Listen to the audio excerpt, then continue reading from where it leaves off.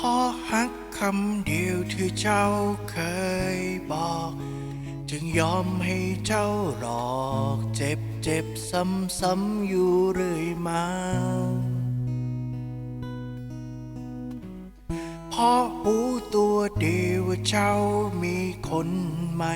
แต่บอกกล้าที่จะเอ่ยไปกังวลว่าเจ้าจะบอกลา